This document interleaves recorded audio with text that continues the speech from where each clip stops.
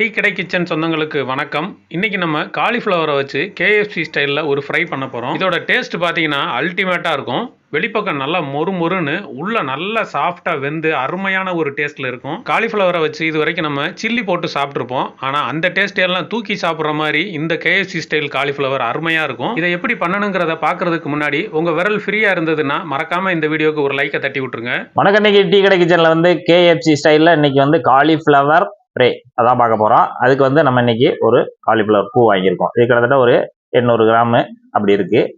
இதை வந்து நம்ம அந்த பீஸ் எப்படி வெட்டலாம் அப்படின்னு தான் பார்க்க போகிறோம். அதுக்கு நம்ம எல்லாத்தையும் காம்பெல்லாம் நீக்கிடுவோம். இப்போ வந்து நம்ம பூவை சுத்தப்படுத்தி அதை வந்து நம்ம பீஸ் வந்து கரெக்டாக வெட்டணும். அந்த கேஎஃப்சி ஸ்டைலில் அந்த பீஸ் வெட்டணும். அதுக்காக தான் நம்ம இப்படி சுத்தப்படுத்தி, ஆனால் வாங்கும்போது நல்ல கெட்டியான பூவு, நல்லா உடஞ்சிராத பூவாக நீட்டாக வாங்கிக்கோங்க. இந்த மாதிரி நல்லா அருமையாக. இப்போ நம்ம வந்து பீஸை வந்து அந்த காம்போட வெட்டணும். அந்த காம்பை வந்து கொஞ்சம் நீட்டமாகவே இருக்கணும்.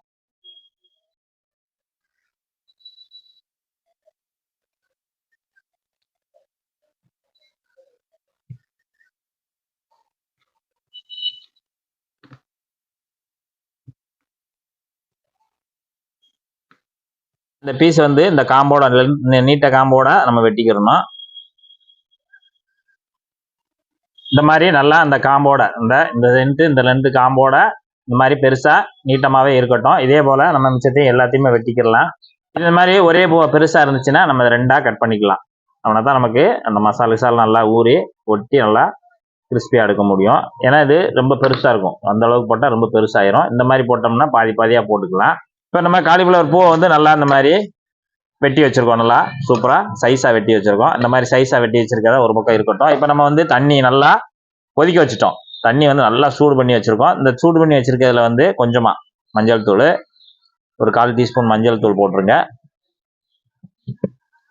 ஒரு 1/4 டீஸ்பூன் போல் உப்பு, அதையும் போட்டு நல்லா ஒரு தடவை கலந்து விட்டுருங்க. சுடு தண்ணியில் தண்ணி வந்து நல்லா சூடாக இருக்கணும். போட்டு நம்ம இங்கே சுத்தப்படுத்தி வச்சுருக்கக்கூடிய அந்த காலிஃப்ளவர் வந்து உள்ளே சேர்த்துடலாம். எல்லாத்தையுமே உள்ளே சேர்த்துருங்க. நல்லா இது ஒரு 5 நிமிஷம் இந்த வெந்நிலையவும் இருக்கட்டும். அதுக்குள்ளே நம்ம ஒரு மிக்சிங் தயார் பண்ணணும். இது ஒரு பக்கம் ஒரு வாரமாக இருக்கட்டும். இப்போ நம்ம ஒரு மசாலா லிக்விட் தயார் பண்ண போகிறோம். அதுக்கு வந்து கார்ன்ஃப்ளவர் 1/4 கப்பு கார்ன்ஃப்ளவர் மாவு எடுத்திருக்கோம். அதோட சேர்த்து ஒரு 250 ml தண்ணி, 250 இல்லை 300 ml தண்ணி ஊற்றிட்டு நல்லா ஒரு விஸ்க் வச்சு கட்டி இல்லாமல் கலந்து விட்டுருங்க. அந்த மாதிரி கட்டி இல்லாமல் கலந்தாச்சு. கலந்த பிறகு தயிர், ஒரு டேபிள் ஸ்பூன் தயிர், அதை ஊற்றிடலாம். இதுலையும் அதையும் கலந்து விட்டுருங்க. இஞ்சி பூண்டு பேஸ்ட் ஒரு 2 டீஸ்பூனு அரைச்சி வச்சிருக்கோம் நைஸா, அதையும் நம்ம உள்ள சேர்த்துடலாம். இதில் ஒரு 1/2 டீஸ்பூனு இந்து உப்பு, அதான் இந்த மாதிரி ப்ரௌனாக இருக்கும், கருப்பாக இருக்கும் இந்து உப்பு, அது வாங்கிக்கோங்க. நமக்கு அந்த நல்ல ஒரு ஸ்மெல்லும் நல்லா இருக்கும், டேஸ்ட் நல்லா இருக்கும். அந்த இந்த மாதிரி கேஎஃப்சி ஸ்டைலுக்கு இது கொஞ்சம் நல்லா இருக்கும். அதையும் போட்டுருங்க.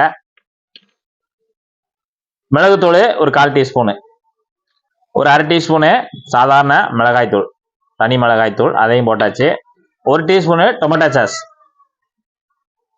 இப்போ ஒரே 1 டீஸ்பூனு சோயா சாஸ். இப்போ நம்ம தேவையான பொருள் எல்லாம் சேர்த்தாச்சு. நல்லா கலந்து விட்டுருங்க. நல்லா இந்த மாதிரி நல்லா கலந்து விட்டு, இந்த மாதிரி தண்ணியாக தான் இருக்கணும், லிக்விடாக தான் இருக்கணும். இந்த மாதிரி இருக்கட்டும். ஒரு 5 நிமிஷம் நல்லா சுடு தண்ணியில் போட்டு நல்லா இது பண்ணி வச்சுருக்கோம். அதில் இருக்க அந்த இதெல்லாம் கொஞ்சம் லைட்டாக புழு இருந்தாலும் உழுந்துடும். அவ்வளோதான். நம்ம இப்போ சுடு தண்ணியில் இருக்க ஒரு தடவை கலந்து விட்டுட்டு நம்ம எல்லாத்தையுமே அரிச்சு எடுத்துடலாம். அப்படியே எடுத்து நம்ம இங்கே கலந்து வச்சுருக்கக்கூடிய அந்த மசாலா தண்ணியில் இதில் சேர்த்துருங்க. இப்போ நம்ம அந்த மசாலா தண்ணியில் எல்லாத்தையுமே நல்லா ஊற வைக்கணும். நல்லா கலந்து விடுங்க. இப்போ நம்ம மசாலா தண்ணியில் ஒரு 5 நிமிஷம் நல்லா ஊறட்டும். ஆனால் அதுக்கடுத்து இன்னொரு பொடி ஒன்று தயார் பண்ண வேண்டியிருக்கு. இப்போ நம்ம அந்த காலிஃப்ளவரை பொரிக்கிறதுக்கு மாவு தயார் பண்ண போகிறோம். அதுக்கு 1 கப்பு மைதா மாவு, இந்த மாதிரி ஒரு அகலமாக ட்ரே எடுத்துக்கோங்க. அதில் 1 கப்பு மைதா மாவு சேர்த்துருக்கோம். இப்போ நம்ம கார்ன்ஃப்ளவர் மாவு ஒரு 1/2 கப்பு, ஒரு 1/2 டீஸ்பூன் போல் தனி மிளகாத்தூள், சாதாரண மிளகாத்தூள் தான், 1/4 டீஸ்பூனு மஞ்சள் தூள். இப்போ இந்த மேல் மாவுக்கு தேவையான உப்பு ஒரு 1/4 டீஸ்பூனு, அது இந்த உப்பு தான் சேர்க்குறேன். ஒரு 1/2 டீஸ்பூனு மல்லித்தூள், ஒரு 1/4 டீஸ்பூனு சீரகத்தூள், 1/4 டீஸ்பூனு மிளகுத்தூள், இப்போ எல்லாத்தையுமே நம்ம மாவோட எல்லாத்தையும் கலந்துடணும். நல்லா கலந்து விட்டுருங்க எல்லாத்தையும். நல்லா மாவை இப்படி உதிரியா கலந்து வச்சிருவோம். அது ஒரு பக்கம் இருக்கட்டும். காலிஃப்ளவர் பூ வந்து நல்லா இதுல அந்த கார தண்ணியில நம்ம நல்லா ஊற வச்சிருக்கோம். இப்போ இதை வந்து எடுத்து அதுல முக்க போறோம். நல்லா கலந்து விட்டுருங்க ஒரு தடவை. பூ எடுத்துக்கோங்க. நல்லா ஈரமா இருக்கிற பூ எடுத்துட்டு இந்த மாவுல நல்லா புரட்டுங்க. இந்த மாதிரி நல்லா புரட்டிடுங்க. புரட்டிட்டு இந்த பக்கம் ஒரு தட்டுல எடுத்து வச்சிருங்க. உதிரி மாவுல வந்து அந்த மசாலா தண்ணியில் நல்லா ஊறினதை புரட்டி நல்லா இந்த மாதிரி பிளேட்ல எடுத்து வச்சிருக்கோம். அடுத்த ஸ்டெப் என்ன பார்க்கணும் அப்படின்னா, மறுபடியும் இந்த தட்டில் இருக்கக்கூடிய இந்த ட்ரேல இருக்கக்கூடிய மாவுக்கு வாங்க. இந்த ட்ரேல இருக்கக்கூடிய மாவுக்கு நம்ம ஏற்கனவே மசாலா தண்ணி கலந்து வச்சிருக்கோம்ல, அதுல கொஞ்சமா எடுத்து ஊத்துங்க. அந்த கார தண்ணியில அப்படியே லேசா ஊத்துங்க. இந்த அளவுக்கு ஊத்திட்டு இந்த மாவை அப்படியேவும் பிசைஞ்சு விடுங்க. ரொம்பவும் தண்ணி ஊத்திட வேண்டாம். சும்மா வந்து உதிரியா பிசையணும், அவ்வளவுதான். நல்லா பிசைஞ்சுக்கணும். அதாவது செதில் செதிலா வர அளவுக்கு நம்ம பிசைஞ்சு விட்டுருங்க. அந்த மீதி மாவுல ஏற்கனவே ஒரு மாவுல முக்கி வச்சிருக்கோம்ல, அதையும் எடுங்க. திருப்பி மறுபடியும் இந்த கார தண்ணியில முக்கிட்டு மறுபடியும் இந்த மாவை வந்து மறுபடியும் புரட்டுங்க. இந்த மாதிரி புரட்டுங்க. புரட்டுனா எதுக்குன்னா, நம்ம அந்த கேஎஃப்சி சிக்கன் இந்த மாதிரி கொஞ்சம் செதில் செதிலா இருக்கும், பொறுன்னு. அதுக்காகத்தான் இந்த ட்ரிக்ஷன். இந்த இடத்துல இந்த மாதிரி கொஞ்சம் அங்கங்க லைட்டா தூக்கிட்டு இருக்கணும். அதுக்காகத்தான் இது மாதிரி அதுல முக்கி எடுத்துட்டு தனியா ஒரு தட்டுல எடுத்து வச்சிருங்க. போறோம். பொரிக்கிறதுக்கு எண்ணெய் வந்து சூடாயிட்டு இருக்கு. எண்ணெய் சூடு வந்து அதிகமா இருக்கக்கூடாது, மீடியமா தான் இருக்கணும். அதே மாதிரி கீழே தீயும் மீடியமாவே வச்சுக்கோங்க. இது பொறுமையா உள்ள வரைக்கும் வெந்து வரணும். அதுக்காக எண்ணெய் சட்டுன்னு கறியிடும். அப்புறம் நமக்கு உள்ள அந்த கேஎஃப்சி மாதிரி அந்த கிறிஸ்பி வராது. இப்போ நம்ம ஒண்ணா உள்ள சேர்த்துலாம். எண்ணெய் வந்து நமக்கு மீடியமா சூடாயிடுச்சு. உள்ள சேர்த்துடலாம். அவ்வளவுதான். இந்த மாதிரி நம்ம வந்து எண்ணெய்க்கு தக்கன எத்தனை பீஸ் எண்ணெயில போட முடியுமோ அது மாதிரி உள்ள போட்டு சேர்த்துருங்க. இப்போ நம்ம 4 பீஸ் போட்டிருக்கோம். இப்போ நம்ம அந்த மீடியமான ஹீட்ல வந்து போட்டு ஒரு நிமிஷம் கழிச்சு லேசா அப்படி புரட்டி விடுங்க. இந்த மாதிரி கம்பியோ இல்லைன்னா ஒரு ஸ்பூனை வச்சோ இந்த மாதிரி பிரிச்சு விட்டுருங்க. அது பொறுமையா நல்லா வேகணும். ஆயிடுச்சு. 2 நிமிஷம் ஆனோடனே நம்ம கலந்து பார்க்கலாம் எப்படி இருக்குன்னு. மேல வந்து நல்லா பொறுன்னு வந்திருக்கு.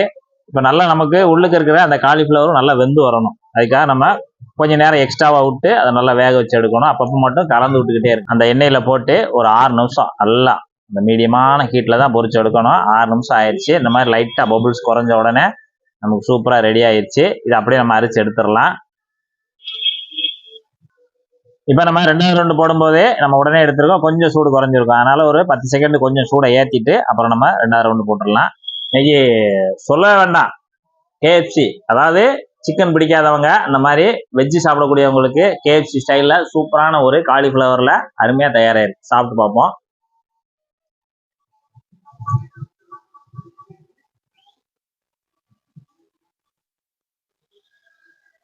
பா, டேஸ்ட் அப்படியே அள்ளுது. இதே போல நீங்க போட்டு சாப்பிட்டீங்கன்னா அப்புறம் சில்லி எல்லாம் மறந்துடுவீங்க. நல்லா அருமை அந்த அளவுக்கு இருக்கு. சூப்பரா. இதே போல நீங்களும் உங்க வீட்டுல ரெடி பண்ணி சாப்பிட்டு பார்த்துட்டு எப்படி வந்து அந்த கமெண்ட்ல சொல்லுங்க. நன்றி, வணக்கம்.